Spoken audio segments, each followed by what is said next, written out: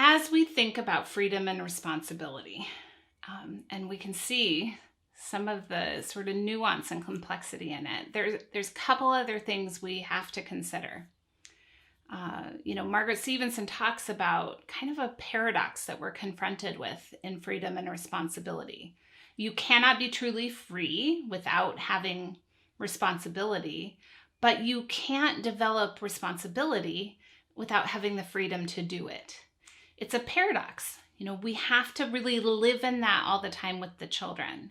It can be tempting to take away freedom when they're not responsible, but how will they learn to be responsible if they're not free to act responsibly, right? So this is just a little challenge that we always have to keep in mind and wrestle with in our work with children.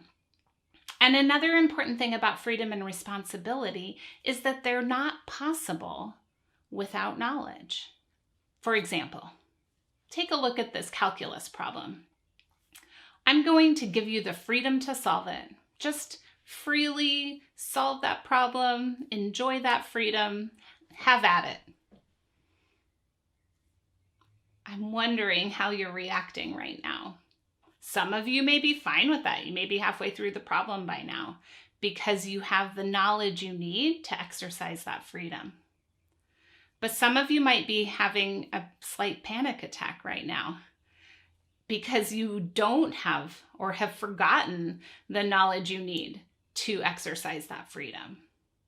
In order for children to be truly free and to really exercise all their freedom, they have to have a lot of knowledge.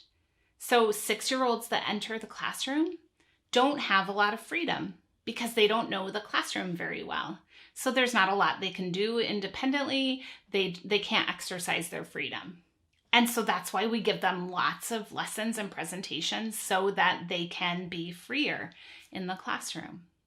So that's something we have to keep in mind. For children to continue to grow and exercise freedom, they have to have a lot of knowledge to be able to do that. So we're going to keep giving them more and more of that knowledge to support their freedom. Now let's think about it in terms of responsibility. If you don't have the knowledge of something, it's really not respectful or of me to ask you to be responsible. So when I took kids camping every year, I didn't ask the children who were on their first trip to take responsibility for starting the fire. They didn't have that knowledge.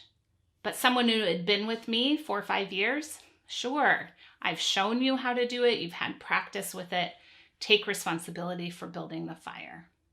So keep this in mind as we're looking at our classrooms. 6-year-olds don't have a lot of freedom because they don't have a lot of knowledge about the classroom, which is why we slam them with lessons at the beginning of the year to open up the freedom in the environment. And in the same way, 6-year-olds don't know the systems of the classroom, so we're not expecting as much responsibility from them until they learn how the classroom functions.